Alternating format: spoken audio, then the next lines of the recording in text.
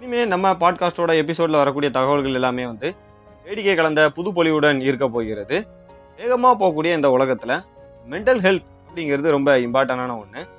அதாவது போயா வேடிக்கை கலந்த தகவல் சொல்கிறேன் விட்டு இப்படி பூமர் மாதிரி பேசிக்கிட்டு இருக்கிறேன் அப்படின்னு சொல்லக்கூடிய ஒரு பர்சனாக நீங்கள் இருந்தீங்க அப்படின்னா கடைசி வரைக்கும் நீங்கள் எதுவுமே பண்ணாமல் கஷ்டப்பட போகிறது நீங்கள் தான். அப்படி தான் வந்து யார் என்ன சொன்னாலும் என்ன அட்வைஸ் கொடுத்தாலும் பூமர் அப்படின்னு சொன்ன பையன் அவரோட தாத்தா கிட்ட இருந்து என்ன கற்றுக்கிட்டான் அப்படிங்கிறத தெரிஞ்சுக்கிறதுக்கு நீங்கள் இந்த எபிசோட முழுவதுமாக லிசன் பண்ணுங்கள். நீங்கள் கேட்டுக்கொண்டிருப்பது power of your self with ஏ பாலா.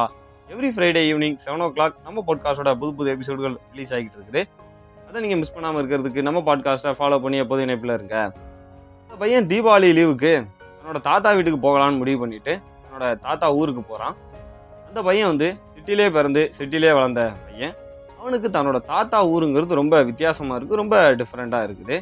அங்கே சிட்டியில் அவன் இருக்கும்போது எப்போதுமே வந்து இறைச்சலாக இருந்தது. ஆனால் அந்த கிராமம் தன்னோட தாத்தா ஊர் அப்படிங்கிறது ரொம்ப அமைதியாக இருக்குது. தன்னோட அந்த தாத்தா ஊரில் நிறையா புது விஷயங்களை வந்து எக்ஸ்பீரியன்ஸ் பண்ணிக்கிட்டு இருக்கிறான். எல்லாருமே வந்து ஒன்றா உட்காந்து சாப்பிட்டுக்கிட்டு இருக்கிறாங்க. அதே நேரம் எல்லாரும் சில இடங்களில் வந்து ஒன்றா கூடி பேசி சிரிச்சுக்கிட்டு இருக்கிறாங்க. எல்லாரும் வந்து அவங்க சிட்டியில் வந்து ரொம்ப லேட்டாக அவங்க போய் ரொம்ப லேட்டாக எந்திரிச்சிக்கிட்டு இருந்தாங்க. ஆனால் தன்னோட தாத்தா ஊரில் எல்லாருமே வந்து ரொம்ப சீக்கிரம் தூங்கி ரொம்ப அதிகாலையில் சீக்கிரம் எந்திரிக்கிறாங்க. இது எல்லாமே அவனுக்கு புதுமையாக தெரிஞ்சுது. அவனால் வந்து இரவு வந்து சீக்கிரம் உறங்க முடியலை. அதனால் தூங்க முடியாமல் எந்திரிச்சு அவங்க தாத்தா கிட்ட போகிறான். தாத்தா அவனை பார்த்துட்டு என்னப்பா தூக்கம் வரலையா அப்படின்னு சொல்லி கேட்குறாரு. ஆமாம் தாத்தா, நான் வந்து எங்கள் வீட்டில் நைட்டு 11 மணி 12 மணி வரைக்கும் முடிச்சுக்கிட்டு இருப்பேன். காலையில் 7-8 மணி வரைக்கும் தூங்கிட்டு இருப்பேன். ஆனால் இங்கே எல்லாருமே வந்து புதுசாக இருக்குது அப்படின்னு சொல்லி சொல்கிறான். அப்போ அந்த தாத்தா என்ன விஷயம் சொன்னார் தெரியுமா? இப்போ தான்ப்பா இந்த ஃபோனு கம்ப்யூட்டரு இதெல்லாம் அப்போ எதுவுமே கிடையாது, எல்லாமே நம்மளோட லைஃபுக்கு சப்போர்ட் பண்ணுறதுக்கு தான். ஆனால் இந்த ஜென்ரேஷன் அப்படியே இருக்குது. அவங்க ஃபோனை யூஸ் பண்ணுறாங்களா, ஃபோன் அவங்கள யூஸ் பண்ணுதா அப்படிங்கிறதே தெரியல. சரி, நீ எப்போதும் உன்னோட ஃபோனை வந்து நைட்டு எவ்வளோ நேரம் வரைக்கும் யூஸ் பண்ணுவேன்? நான் என்ன தாத்தா, நான் நைட்டு பெட்டில் படுத்துட்டு யூஸ் பண்ணிக்கிட்டே இருப்பேன். தூக்கம் வரும்போது ஓரமாக வச்சுட்டு தூங்குவேன். அப்படி தூக்கம் வரும்போது ஓரமாக வச்சுட்டு தூங்குவியா? அப்போ அது வரைக்கும் ஃபோன் தான் யூஸ் பண்ணிக்கிட்டு இருப்பியா அப்படின்னு சொல்லி அந்த தாத்தா கேட்குறாரு. ஆமாம் தாத்தா அப்படின்னு சொல்லி அந்த பையனும் சொல்கிறான். தூங்குறதுக்கு 1 மணி நேரத்துக்கு முன்னையாவது அந்த ஃபோனை வந்து ஓரமாக வைக்கணும். யூஸ் பண்ணக்கூடிய அந்த டிஜிட்டல் இது எல்லாமே வந்து உன்னோட தூக்கத்தை வந்து ரொம்ப நேரம் கலைச்சிருது. அதனால் வந்து நீ ரொம்ப 11 மணி வரை 12 மணி வரைக்கும் முடிச்சுக்கிட்டு இருக்க அப்படின்னா அந்த ஃபோனை ஒரு 7 மணி 8 மணிக்கு ஓரமாக வச்சா அப்படின்னா ஆட்டோமேட்டிக்காக நீ 9 மணிக்கு தூங்கிடுவேன். அந்த ஃபோனு தான் உன்னோட தூக்கத்தை வந்து தாயமாட வைக்குது அப்படின்னு சொல்லி அந்த தாத்தா சொல்கிறாரு. இதையும் தாண்டி இன்னமும் நைட்டு ஃபோன் யூஸ் பண்ணிகிட்டு இருக்கல, சோசியல் மீடியா இதில் தான் வீடியோ பார்த்துக்கிட்டு இருக்க, அதனால் உனக்கு ஏதாவது யூஸ்ஃபுல் இருக்குதா? எந்தவித யூஸ்ஃபுல்லுமே கிடையாது. அதனால் அந்த நேரத்தில் வந்து நீ ஃபோன் யூஸ் பண்ணாமல் இருந்தா அப்படின்னாலே வந்து நல்லது அப்படின்னு சொல்லி அந்த தாத்தா மறுபடியும் சொல்கிறாரு. சரி தாத்தா, இதுக்கு பதிலாக அப்போ நான் என்ன பண்ணலாம் அப்படின்னு சொல்லி அந்த பையன் ஐடியா கேட்கும்போது, இதுக்கு பதிலாக நீ வந்து என்ன பண்ணலாம் அப்படின்னா நைட் ஏதாவது புத்தகங்கள் படிக்கலாம். அதாவது உன்னோட மைண்டுக்கு ரிலாக்ஸேஷனாக இருக்கக்கூடிய ஒரு புத்தகங்கள் படிக்கலாம், இல்லை ஏதாவது மியூசிக் கேட்கலாம் அப்படின்னு சொல்லி அந்த தாத்தா சொல்கிறாரு. சரி தாத்தா, வேறு ஏதாவது இருக்குதா அப்படின்னு கேட்கும்போது, இருக்குது. நைட்டு நீ தூங்க போகிறதுக்கு முன்னால் ஒரு பேப்பர் எடுத்துக்க, ஒரு பேனா எடுத்துக்க, அன்றைய தினத்தில் நடந்த எல்லா விஷயங்களையும் எழுது. இந்த தினத்தில் வந்து உனக்கு நடந்த நல்ல பாசிட்டிவ், அதாவது நல்ல நிகழ்வுகளை வந்து எழுது. உனக்கு புரிகிற மாதிரி அப்படி சொல்லணும் அப்படின்னா வந்து ஜேர்னல் எழுதுறது.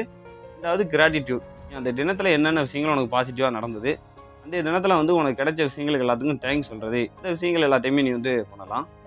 சரி தாத்தா, இதை தாண்டி வேறு ஏதாவது உங்களுக்கு எனக்கு ஏதாவது ஐடியா கொடுக்க முடியுமா அப்படின்னு சொல்லி அந்த பையன் கேட்குறான்.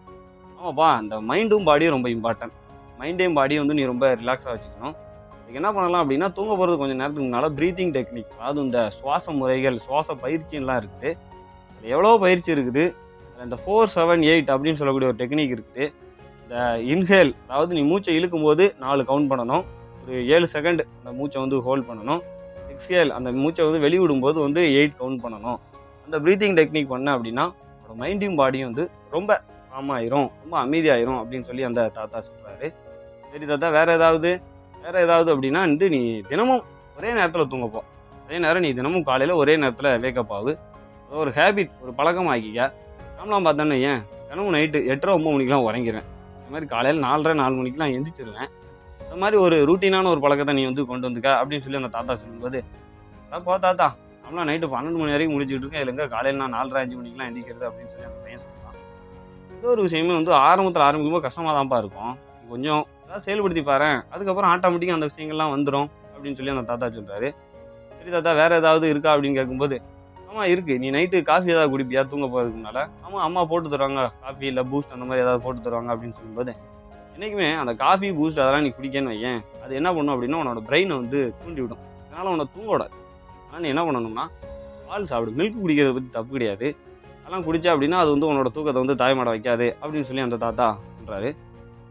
இது எல்லாத்தையும் வந்து நான் ஃபாலோ பண்ணால் என்னோட லைஃப்பில் வந்து நான் நைட்டு வந்து நல்லா சீக்கிரம் தூங்க முடியும், என்னோட லைஃப் வந்து நல்லாயிருக்கும் அப்படின்னு சொல்கிறீங்க அதானே அப்படின்னு சொல்லி அந்த பையன் கேட்கும்போது, ரைட்டு, அந்த பையன் மட்டும் இல்லைங்க, நீங்களுமே வந்து இந்த ஸ்டெப்ஸ் எல்லாம் ஃபாலோ பண்ணீங்க அப்படின்னா உங்களோட லைஃப், அதாவது உங்களோட நைட் ரூட்டீனும் கரெக்டாக இருக்கும், அதே நேரம் உங்களோட மார்னிங் வந்து ரொம்ப நல்லாயிருக்கும் அப்படின்னு சொல்லி நான் இந்த எபிசோட நிறைவு செய்கிறேன்.